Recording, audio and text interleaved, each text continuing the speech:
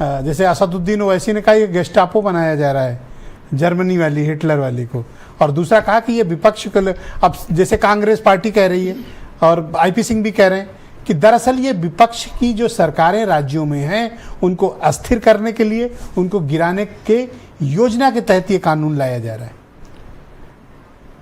अगर देश की लोकतांत्रिक राजनीति की स्वतंत्रता प्राप्ति के पश्चात से अगर हम विवेचना करें तो हमें समझ में आएगा कि एक समय ऐसा था जब अपराधी चुनाव जीतने के लिए राजनेताओं का समर्थन करते थे, उनके धन बल और उनके बाहुबल से लोग चुन करके विधानसभा और लोकसभा में जाते थे। लेकिन फिर उसके बाद में अपराधियों को ये समझ में आया कि अगर हमारे समर्थन से ये पार्लियामेंट जा सकते हैं, हमारे समर्थन से, हमारे बाहुबल से अगर ये विधानसभा को सुशोभित कर सकते हैं। सर एक second sir, IP Singh ji, no sir, no running commentary, पहला राउंड है सर, प्लीज सब लोग संयम और मर्यादा का पालन करें। अगर वो विधानसभा जा सकते हैं, अगर उनके समर्थन से कोई लोकसभा बना ली है सर कि कोई कुछ भी बोलेगा, बोलिए आप। तो उन लोगों ने सोचा कि अगर हमारे समर्थन से ये जा सकते हैं तो हम चुनाव लड़ करके क्यों नहीं जा सकते। और उसके बाद में हमने देखा कि जो डेमोक्रेटिक रिसर्च के लिए जो संस्था है वो प्रति चुनाव में कितने प्रत्याशी हैं जिनकी आपराधिक पृष्ठभूमि है उसका पूरा विश्लेषण जारी करती है। अगर इस देश की लोकतांत्रिक व्यवस्था में, अगर इस देश की पार्लियामेंट को, अगर इस देश की विधानसभा को और भ्रष्टाचार के आरोपों से, अपराधियों से मुक्त रखने के लिए, राजनीति को शुचिता से स्थापित करने के लिए, राजनीति में भ्रष्टाचार मुक्त व्यक्तित्व के विकास के लिए अगर कोई सरकार प्रयास कर रही है तो इस पर इतनी आपत्ति करने का औचित्य क्या है।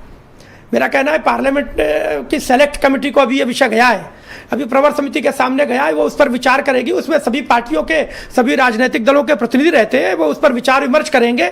ऐसा नहीं हो सकता कि अगर उसमें कोई प्रावधान हो जो संविधान के विरोधी हो। राजपूत ने एक बात कही कि एक वाइडर कंसल्ट करना चाहिए था अपोजिशन के साथ ये विधेयक लाने से पहले। अगर सदन में प्रस्तुत हो गया और पूरे देश में उस पर एक चर्चा प्रारंभ हो गई तो इस पर आपत्ति क्या है। अगर पार्लियामेंट की सिलेक्ट कमेटी को बिहाइंड द बैक अगर उसको दे दिया जाता तो आज हम आपके टीवी चैनल पर बैठ करके इस पर कैसे डिबेट करते। आपत्ति दिल्ली, झारखंड और तमिलनाडु का मामला है। नहीं, हम इसको टुकड़ों में तोड़ करके नहीं देख सकते।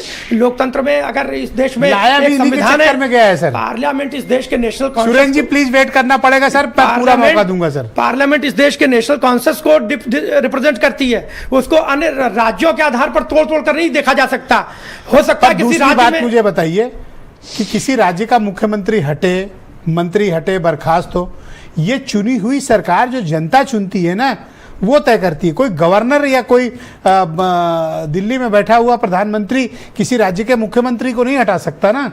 नहीं, बिल्कुल नहीं हटा सकता। आप तो ये बैकडोर से हटाने की प्लानिंग है। अगर भाई जनता चुनती है ना किसी को, आप कैसे हटा सकते हैं राज्यों के मुख्यमंत्री या मंत्री? बिल्कुल नहीं हटा सकती है। और तो ये बैकडोर से लाया जा रहा है।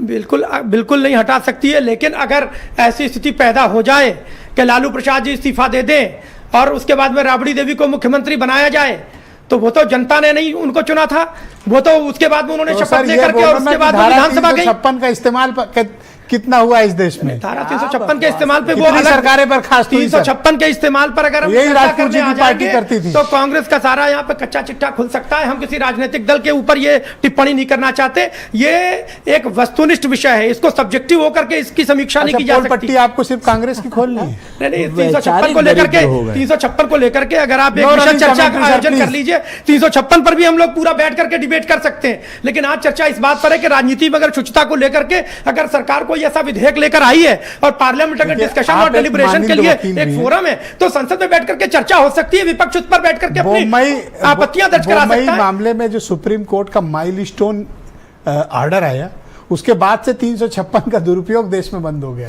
उसके पहले हिस्ट्री रही है इस देश की। अगर थोड़ी सी बात पे नाराज हो पूरी सरकार बर्खास्त कर दी जाती है। अगर विपक्ष के किसी मित्र को लगता है कि उसमें कोई प्रावधान ऐसा है जो संविधान विरोधी है, प्रशंसा की हो उनकी पार्टी। मैंने प्रशंसा नहीं किया, प्रशंसा वाली पार्टी ने सर्वाधिक 356 का इस्तेमाल कांग्रेस ने किया। अभिषेक तिवारी जी को बुलाया जाए। Sir please wait, please next round.